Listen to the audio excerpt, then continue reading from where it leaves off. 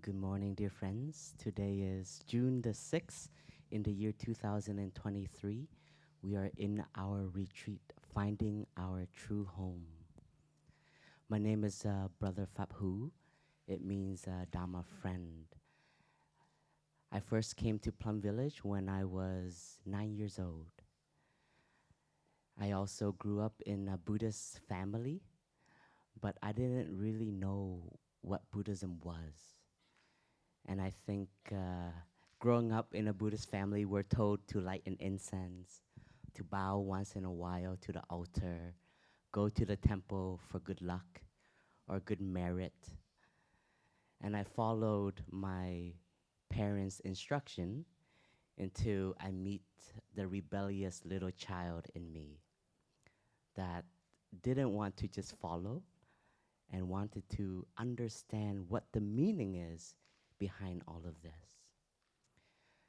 But because my parents weren't very good with language and with words, they didn't explain much, but they just said, just do it, it's good for you. Who has experienced this? And slowly, as a curious child growing up, I started to push away a lot of my own heritage. I started to deny my own roots. And I grew up in Canada, Toronto. And all around me were people of different nationality, and their narration towards what success is and what independence and what I want to be was definitely not something in my household. So this retreat, the name Finding Our True Home, is a deep practice. It is Buddhism. Mindfulness, the practice of mindfulness, is learning to come home to oneself. Most of the time, we are very much busy in our minds, whether it is towards the past or thoughts towards the future or even fears in the present. Our complexes, inferiority, superiority, or even equality. Even equality is a complex because equality is still trying to be as good as someone. So there's even complexes in equality. And I am sure all of us have experienced feeling little, or there are moments we feel more better than. I have also experienced this myself, and I ask myself, does that give us freedom? The practice in Buddhism, our roots, our heritage towards a spiritual dimension, it is to help us touch freedom. But for us, just like mindfulness, we always have to say mindfulness of something. Freedom is also freedom of something. Happiness is happiness of something. So when I learn to come home to myself, where do I arrive? First and foremost, I learn to arrive within my own skin. And this was a very difficult practice for myself. Around me, all my superheroes weren't particularly Vietnamese. I wanted to be a hockey player, one of the most whitest sport in Canada. There was nothing that leaned me towards my own culture, my own maybe talent that I have received from my ancestors. And slowly I picked up martial arts thinking that that would connect me to my roots, but that only made me more violent. But some discipline, some very good discipline. But when I first came to Plum Village, which where you are now, but back in 1996, it was much more country, rural. Barns were still very much part of our meditation halls. It wasn't as pretty as it is now, but what I touched and what I saw were happy people around me, and especially those who were Asian, those who were in their skin and walking like a free person. And this was very strange for me because my idea about monastics were something that they should be very old. They're not that happy. That's why they become monastics.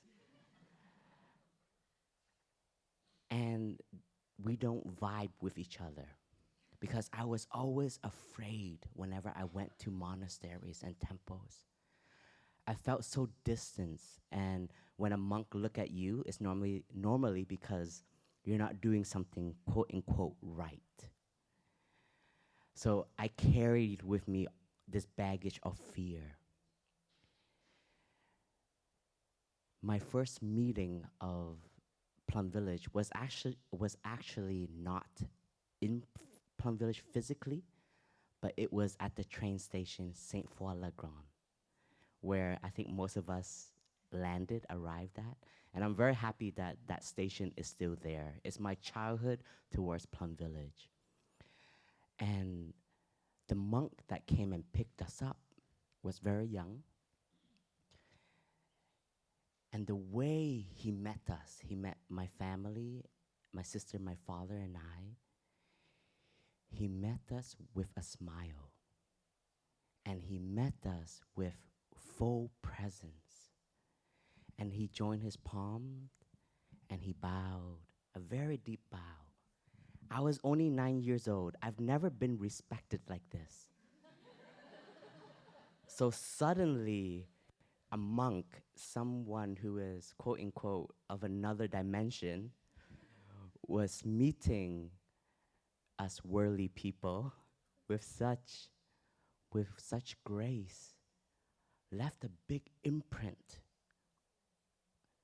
towards a young child.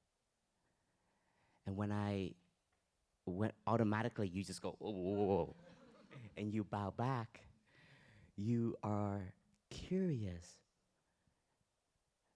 And you are starting to already be infused with what I called in my own mind at the time, Buddhism. And I met the monastics of Plum Village and this community, and I learned about it from a Zen master named Thich Nhat Hanh. I didn't know his history, but through the weeks I started to understand that he was also a child of Vietnam, a child of someone somewhere in the East, but who have learned to make his home wherever he goes. You know, the first Dharma seal of Plum Village, it is, I have arrived, I am home. I have arrived, I am home. And this insight, these words is very simple, but it was the insight from someone who was exiled from his own homeland. The suffering, the despair, the fear that one must have when they are exiled from their own body, their own flesh, their homeland. I can't imagine what that sensation and what that feeling that a person has to go through when they hear that news. But in Buddhism, We learn to take care of suffering. We learn to accept the situation. We learn to embrace the present moment. Only by accepting, embracing the present moment can we find a way out. We can be fighting, we can be rejecting, we can be ignoring, but the pain and the suffering will always be there until we take a moment to stop, a moment to look inwards, to see the pain and the feelings that are present. This is meditation. There's two wings of a bird in meditation. The first one is stopping. Stopping here is not just physically. And this is why in Plum Village, part of our tradition is whenever you hear the sound of the bell, you learn to stop physically. And you learn to be one with your body. Release the tension in your body. To feel what is there in the present. We know that mind and body are interrelated. They correspond with each other. When you are anxious, your heartbeat will race faster. When you are angry, your fists you may be clenching your fists. When you're in fear, your body may shake. So different tension that we have in our body relates to the emotions that manifest. So coming home, learning to stop, is first of all stopping to identify how am I right now, right here. Is there any tension? Can I release the tension? Or if there is tension, can I bring another energy towards that tension? And we invite mindfulness, our awareness, to accompany the feelings and the tension in our body. And the second wing is to look deeply. Why do I have these feelings? Where are these feelings coming from? The more we learn about ourselves, the more we will learn to be at ease and comfortable in our own home, which is our body. So our teacher, from all of this storm, he realized by coming home to himself that home, this destination we call home, is not exactly Vietnam, Hong Kong, Canada, United States, or even France. But home is where we can dwell happily in the present moment. This home, nobody can take that away from us.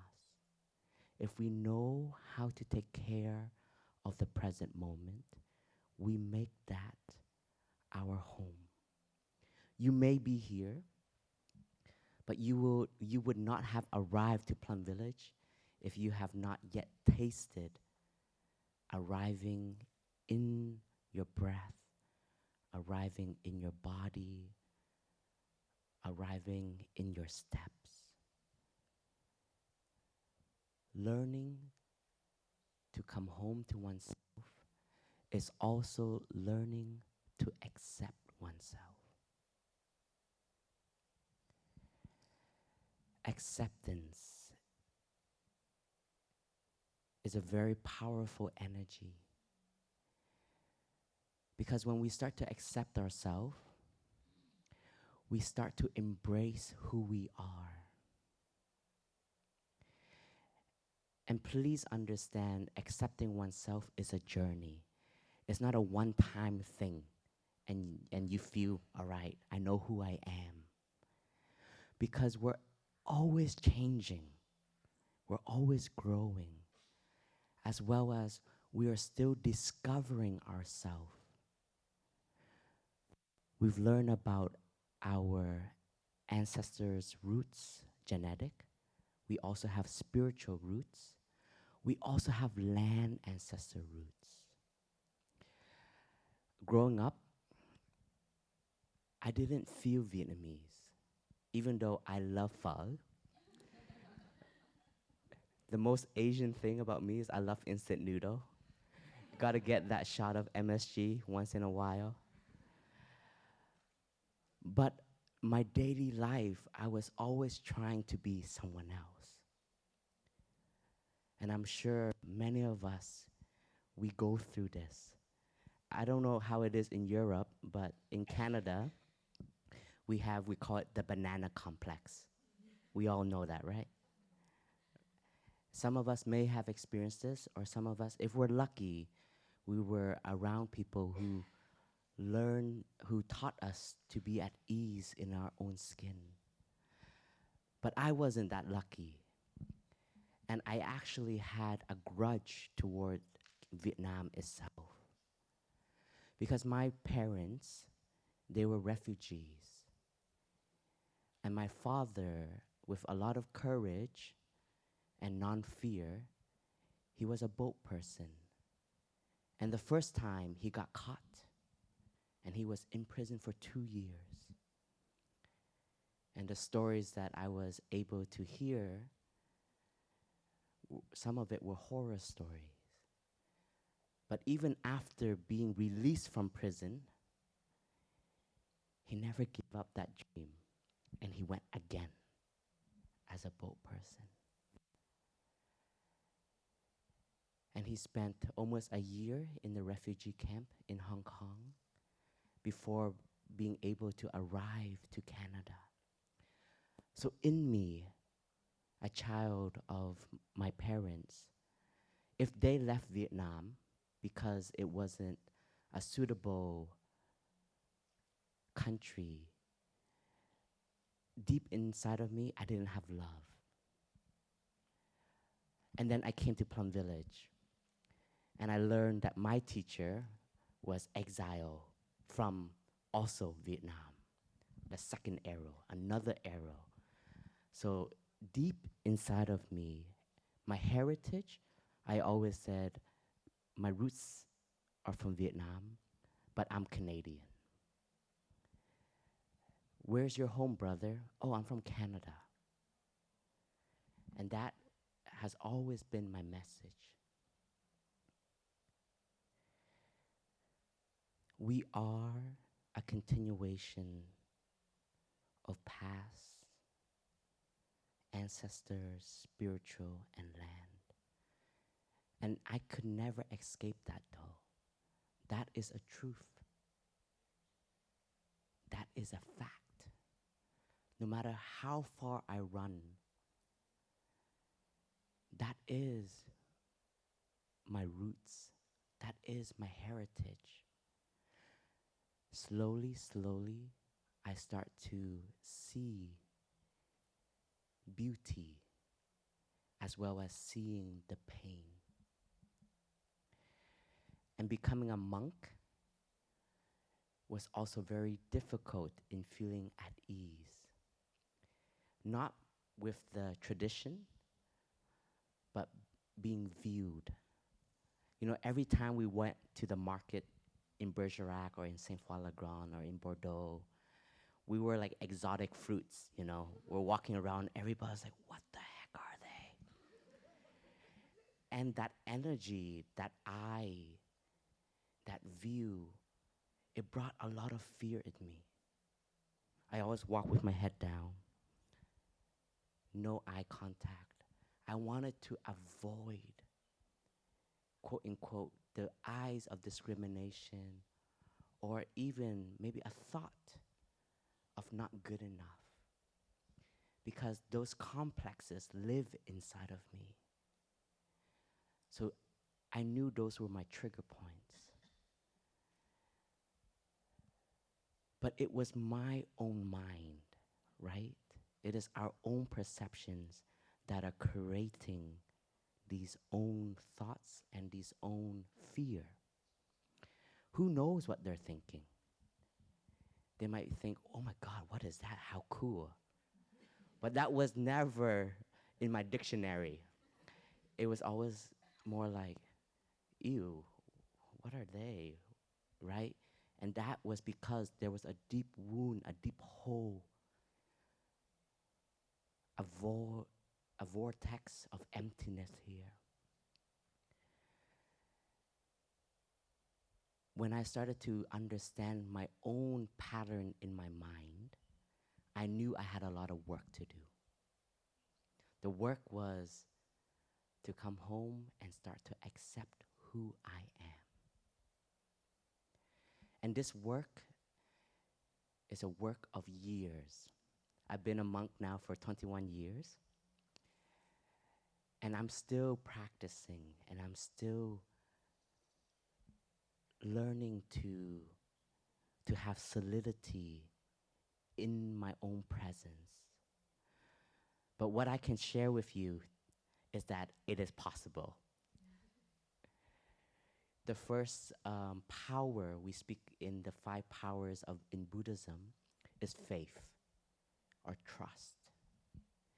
Faith here for us is not a devotional faith.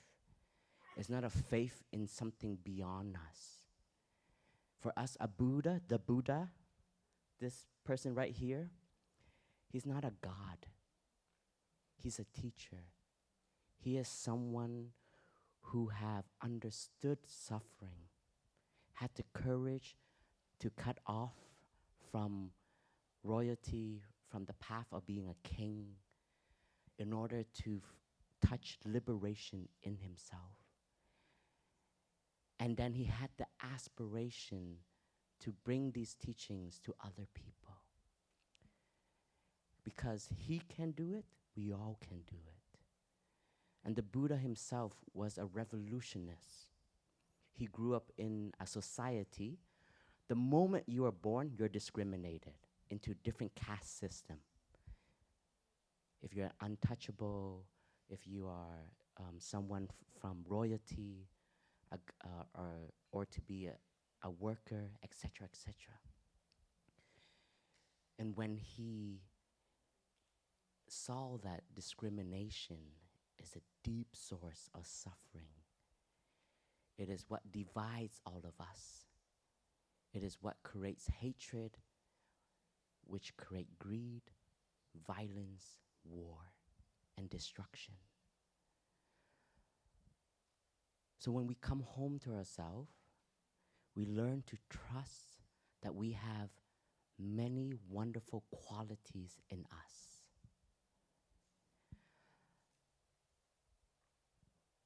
You have to start to see the talent, the skills, the different characteristics that brings you joy, are present, are alive, and they are also your offering to the many people around you. We say in our tradition, we have many seeds inside of us. Particularly in our tradition, we say 51 mental formations. When we know how to touch happiness, that is a seed of happiness. We know how to care for it. We know how to cultivate it. Love is a seed. I'm sure many of us have been in love. And sometimes to love other is easier than to love oneself. We did this homework with a group of climate activist leaders last year. On the last day, we sat in a circle and we asked everyone to be grateful, one thing that they are grateful for themselves in the last 5 days. It took the first person to share about a good 2 minutes to actually be able to acknowledge what they are grateful for in themselves. Because it's so easy to be grateful for other people. Our mind has been cultivated in a way to express our love for others. But have we learned to accept and express care and love for ourselves? When you start to know to accept yourself, this is not about being selfish. This is not about pumping our own egos.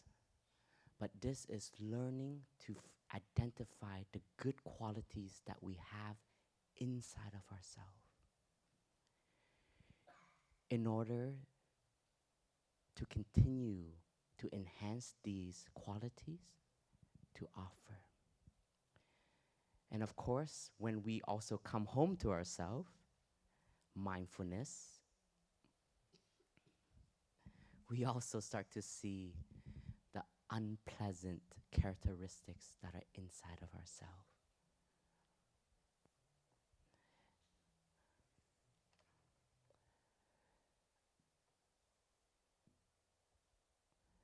When we start to come inwards, we start to learn about ourselves. And we start to learn about our ancestors. My parents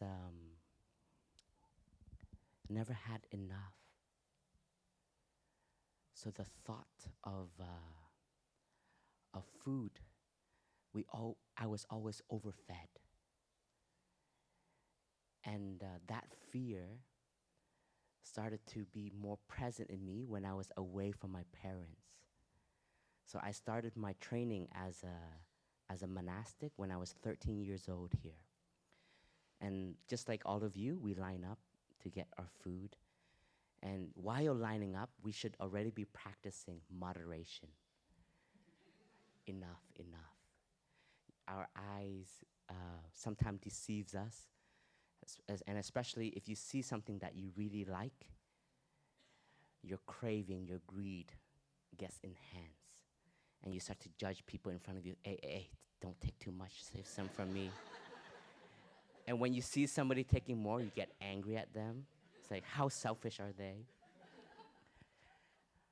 Right? So even lining up is a whole journey. Just seeing the other person take food is a whole journey. And you start to see your own seeds, your own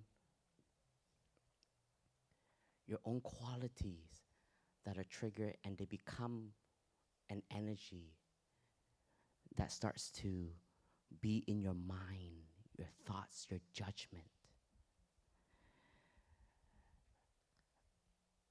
I am a perfectionist, and this is something I'm still working with. So I always wanted to be the best. So when I started to be an aspirant is someone in training to be a monastic. I wanted to be the best out of 12 of us. I'm gonna be super mindful. You know, my criterias were very Asian. Gotta be A++. But every time I came to the table, I always failed. The little hill on my plate. And I'm like, I was so determined. The moment I bow, I got the plate. And I started, one day, I just sat there and I was like, where is this coming from?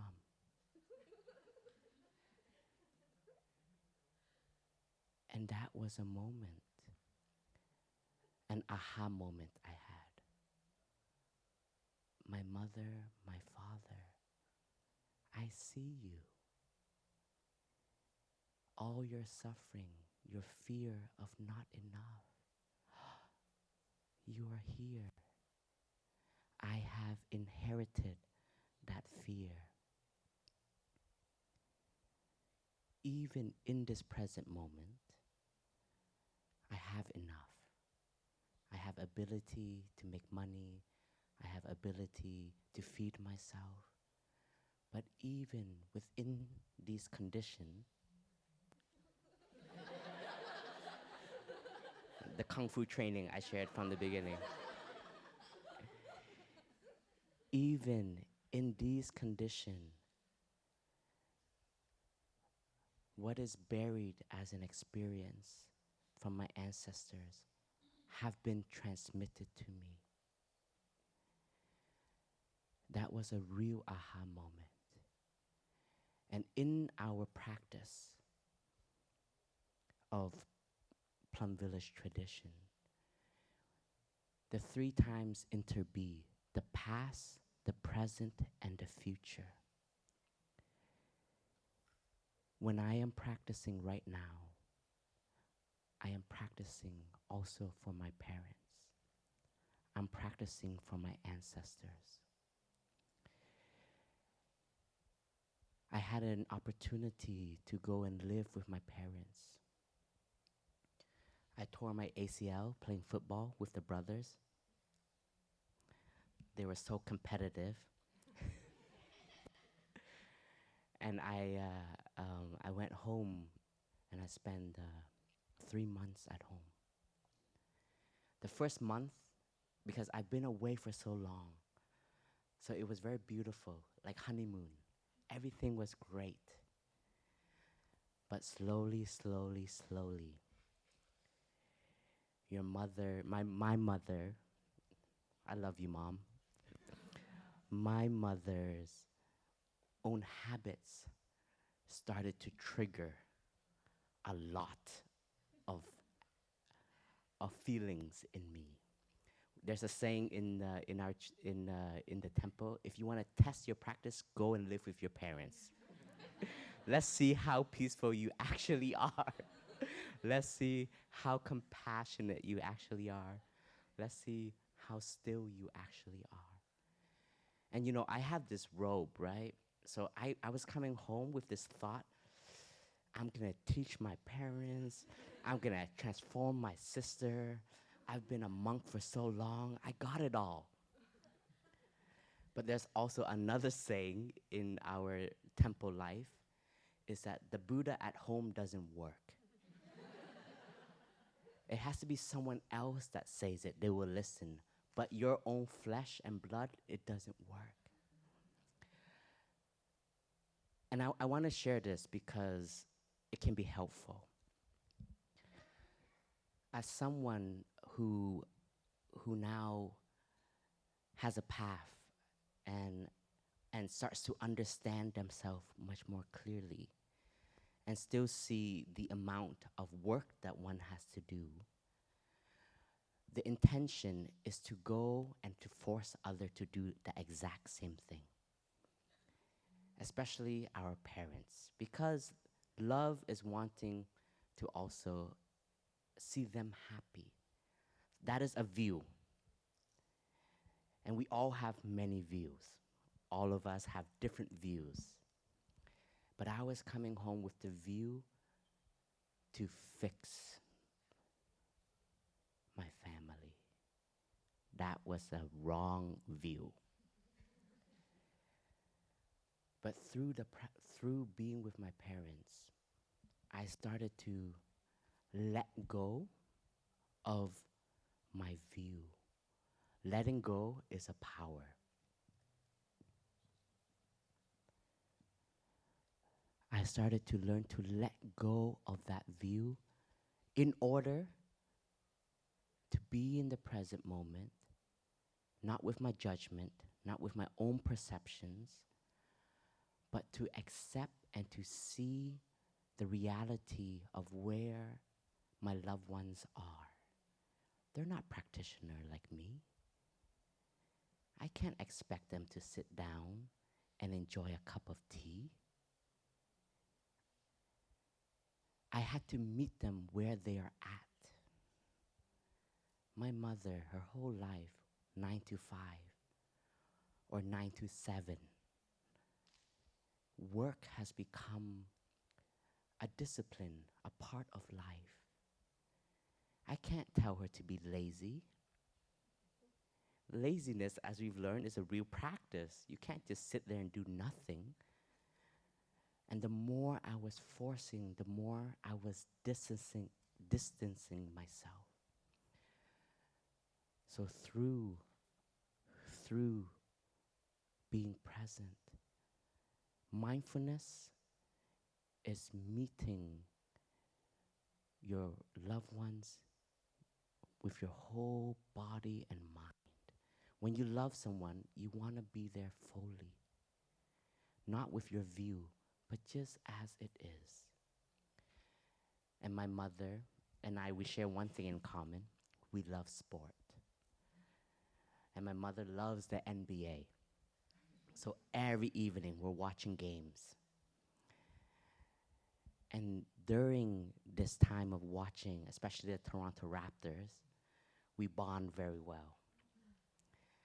And I started to be able to connect to her on a level where we can communicate without formality. And I know my mother worked very hard. And I was trained as an attendant for Thai, so I know how to massage very well. I said, Mom, you want me to massage? Oh, yes, please. That 30-minute every evening on my home visit, that became our bonding, our meditation. Because I can feel her tension, I can feel her stress. That's when I started to have heart-to-heart with her. I started to ask her, Mother, why did you let me become a monk? And you get to hear her explanation, her own journey.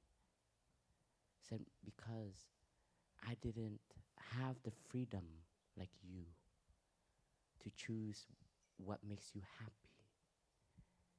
And when you shared with me that you wanted to be a monk, the first thing that came up was fear, deep fear.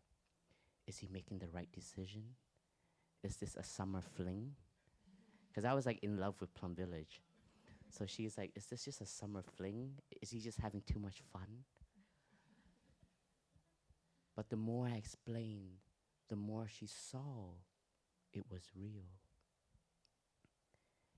And she said, as a mother, the greatest gift I can offer is the support for your happiness. So suddenly, in that moment of being home, having that moment with my closest ancestor, which is my mother, I started to see her pain, her journey, who she is, and why she is who she is. And I started to let go of my judgment. Who am I to make my mother be a better person when she has done so much to give me this happiness, this freedom? It was the first time, this was 2013, that I accepted my mother for who she was. And I can share with you that was a moment of deep happiness for me. Because there were so many moments that was I had inferiority complexes in school gathering, bring your parents to school. I had a lot of fear of how others would judge, how others would see me because they see my parents.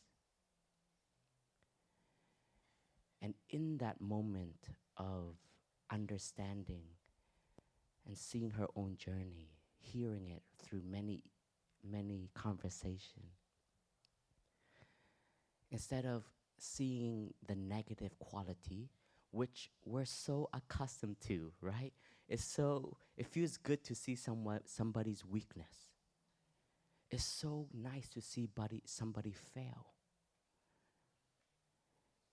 It's also because we are trying to be okay with ourselves. So when we see other people's mud, their suffering, it makes us feel a little bit better. We have to accept this. I've accepted, I've had this mindset. You learn to accept what is present in you in order to have the opportunity to transform it.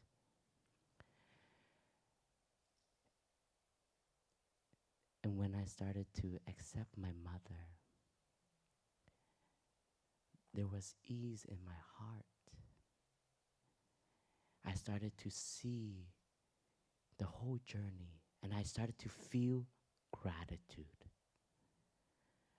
Gratitude is a strength, is an energy, is a food for happiness. My heart started to be full of gratitude. And when you are grateful, the little tiny habits here and there, you can let it go. And because I have learned that I am the continuation of my mother and my father, I didn't have to wait for them to transform for me to be happy. I started to have the realization, I'm going to transform this for you, mother. I am going to taste the happiness, the joy that I can, thanks to my condition, and send this gratitude towards my mother. That was a moment where I felt very free. The freedom of not expecting that our ancestors to change fully. Because we are the continuation, whether we like it or not. That's a hard fact that we have to accept.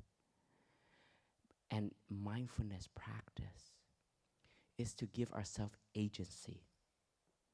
Agency for our own life, agency for our own thoughts, agency for our own actions that we produce. They become the new narration for the future.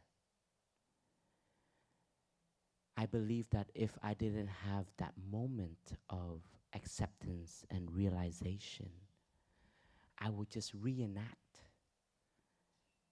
that same story that my parents went through inside of me. And that will be my energy which I transmit. So what we learned is the 3 times, the past, the present, and the future. They all are made of the present moment.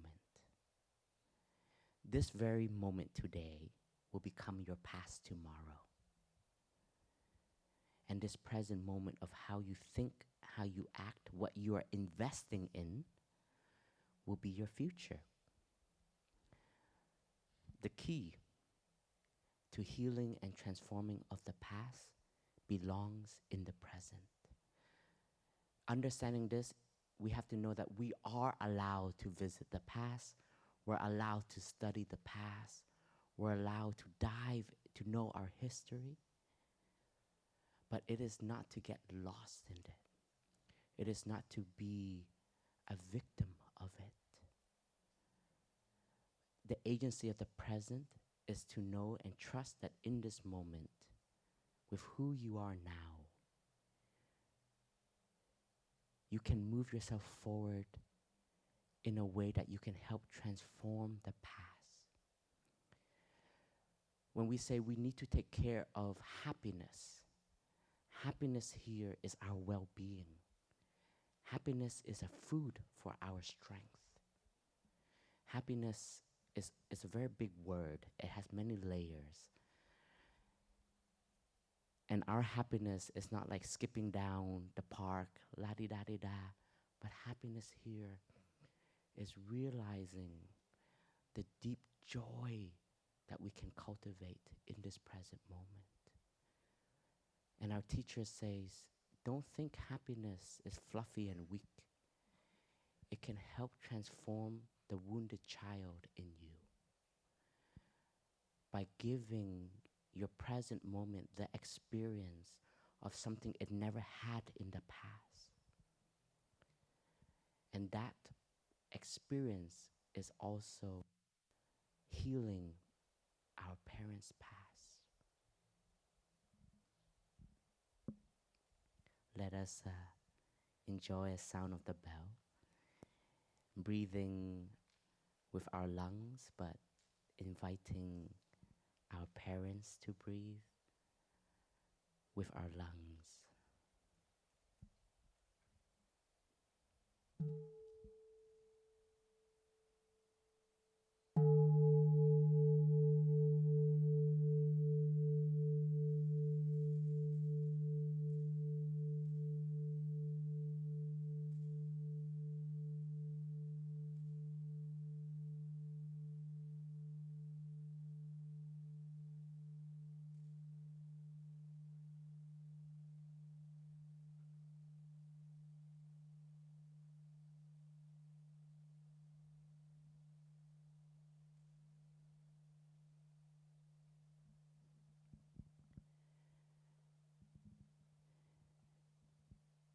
The practice is also to take responsibility.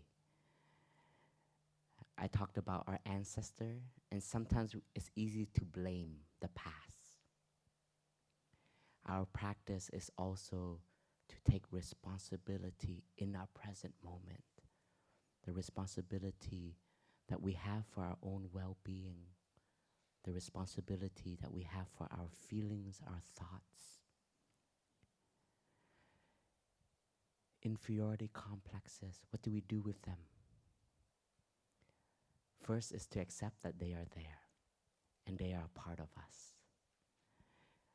Equality complex, what do? The same practice. I know you are there, my complexes, and I smile to you. And superiority complex, learning to embrace and to channel that energy. Somebody once asked me, brother, what do you do with your success? How do I channel my success? And this was a business person.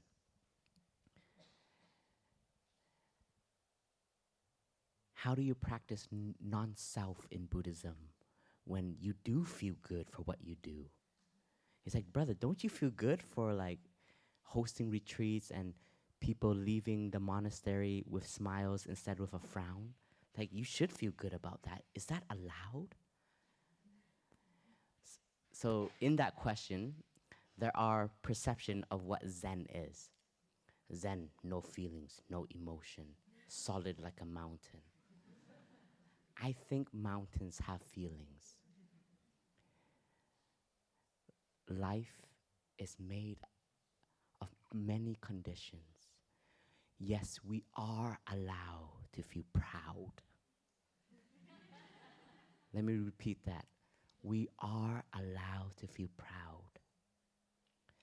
But we can also learn to channel that pride towards gratitude. Giving thanks to all of the conditions that have made us who we are. One moment I had with Tai, our teacher. You know, he's written, I don't know how many books. It's kind of ridiculous how one person can write hundreds of books. And there was a moment, I was at the Hermitage. This is his private house near New Hamlet. And that day, a group of monastics who work directly with the publishing house, Parallax, they came and they said, Tai, your new book is here, fresh off the press. It's still hot. And it was such a joyful moment. And you know, Tai took the book, and you know the first place he went into his library. And in his library, he has an altar, a photo of his teacher, a photo of his mother and his father, and a lot of Buddha statues from around the world. And the first thing he did is he put the book on the altar, and he touched the earth 3 times very deeply to the altar. And I was a very young monk at that time. I was very curious. So I followed him, sneaking behind him. I followed him into the library. And I just did what he did. But in the touching of the earth, I understood my own interpretation of what that action was. That book, the name Thich Nhat Hanh was huge, bold. It's him. He spent hours, weeks, months, years for this book to be. And the first thing he did was to generate the gratitude of all the ancestors, spiritual, blood, and land.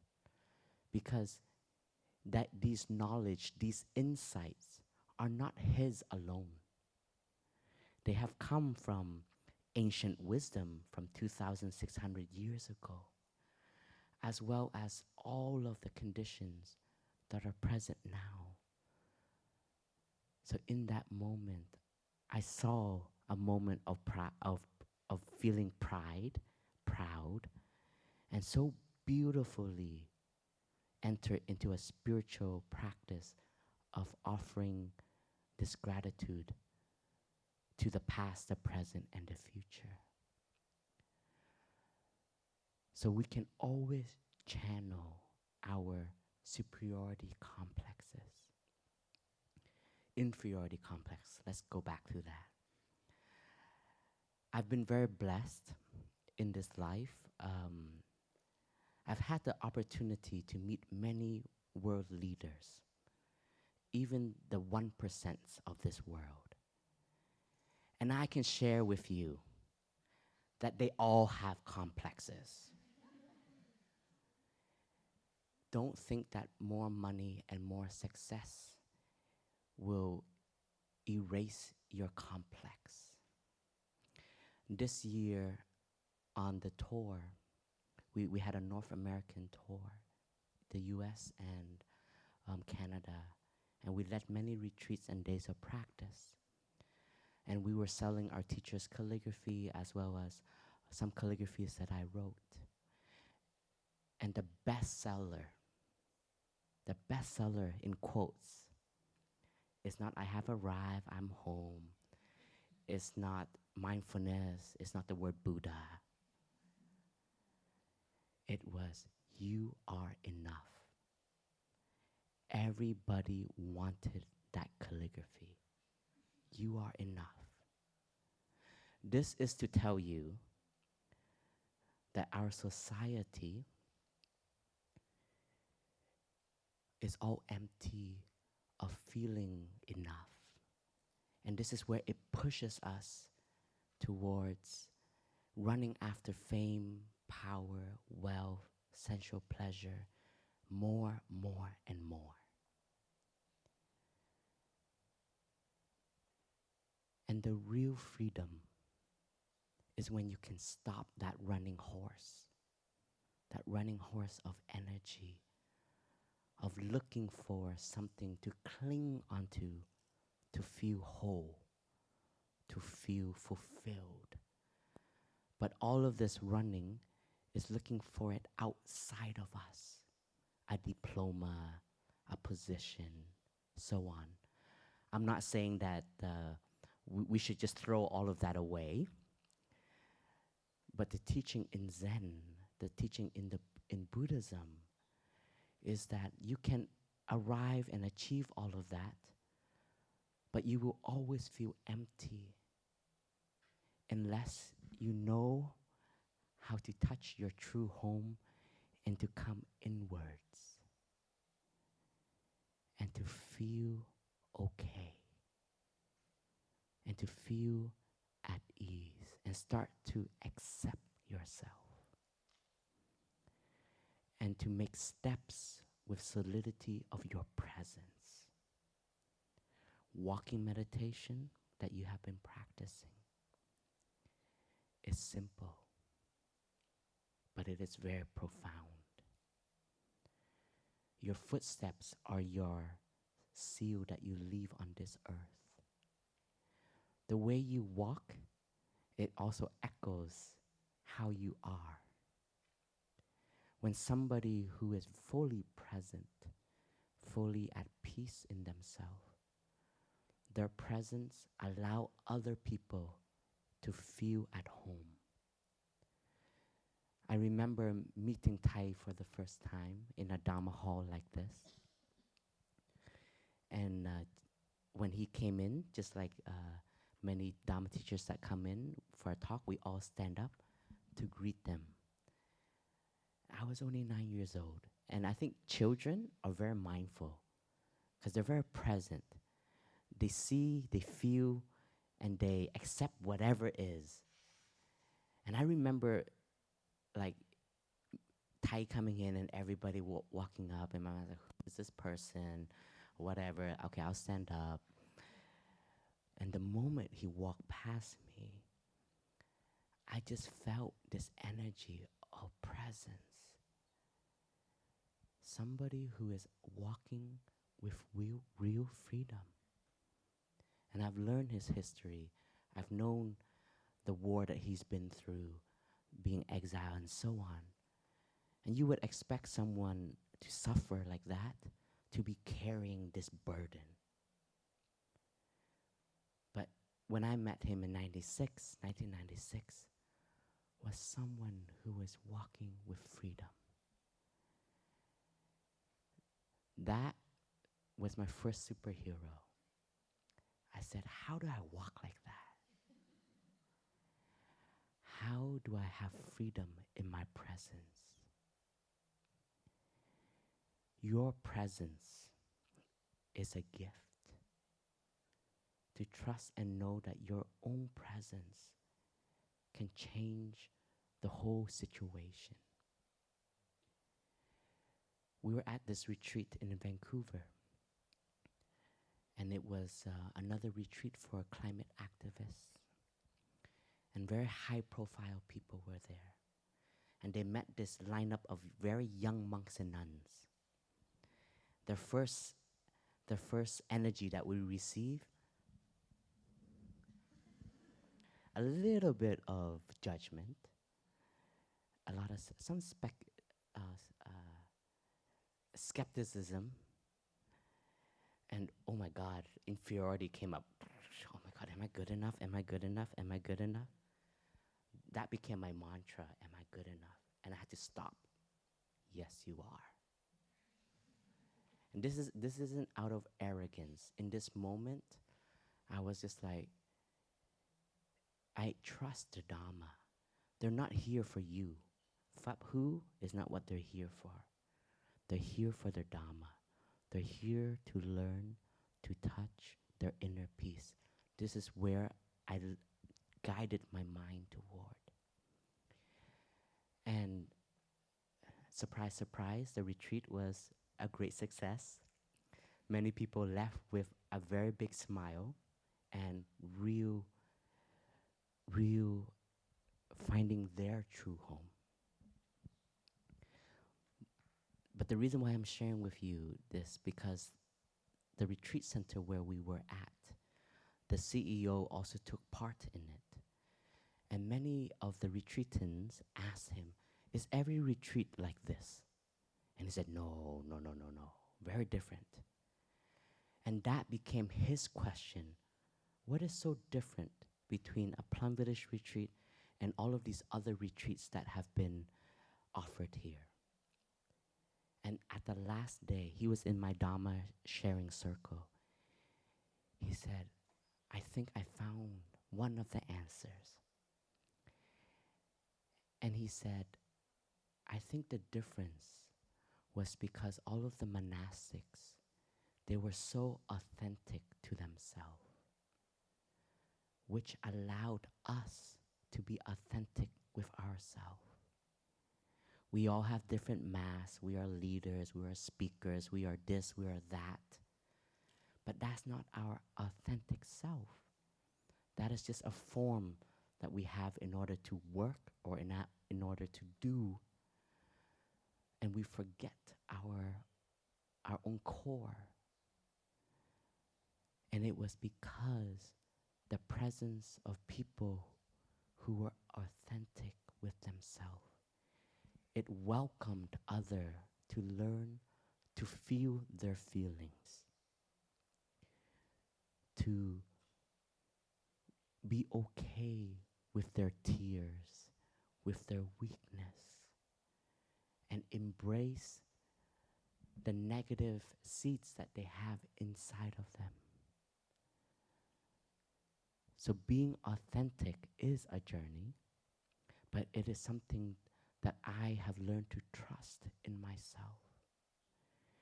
And in our world today, I think we are learning to celebrate much more the diversity of our world, of our society.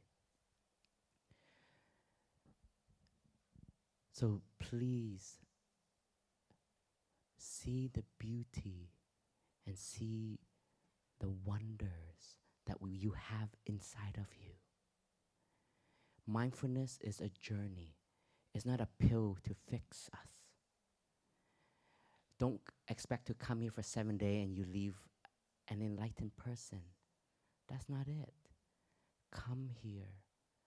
Learn to arrive and what are those people called? The one who look for dinosaur fossils? Archaeologists. You slowly uncover your grounds and start to see the richness that you have inside of yourself. And I want to end today's talk with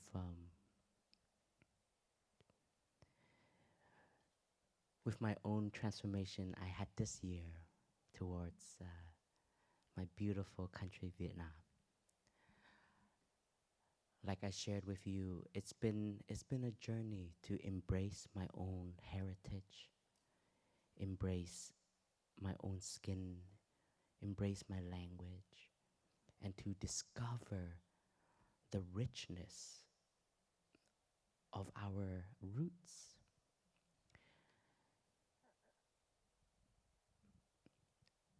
And this February, I had the opportunity to go home,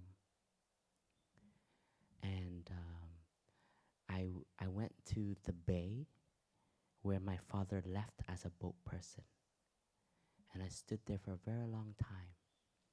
It's not my first time there, but I think because now I'm much more mature, I'm much more at peace with myself. I stood there, and I stood there as my father, and to feel and to imagine the fear that he had, but also the courage that he had to wake up inside of him. And in that moment, it wasn't hatred that came up, but it was a lot of understanding and love I had toward my own country. Because our history is so ingrained in destruction and war that naturally, because of those conditions, it created the community, the society that it was. And suddenly, I had just very deep compassion in my heart. And as a child of the land, I asked myself, instead of blaming, instead of going down the rabbit hole of feeling angry, in this present moment where there is peace now, a degree, and I still see suffering, and I'm still meeting young people of my generation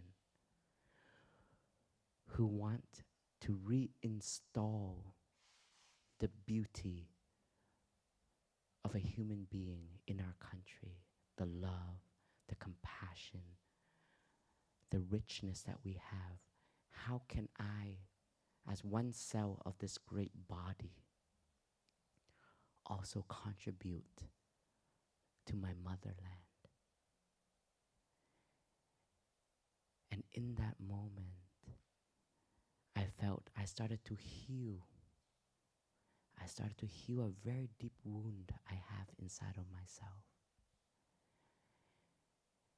And I also felt I started to heal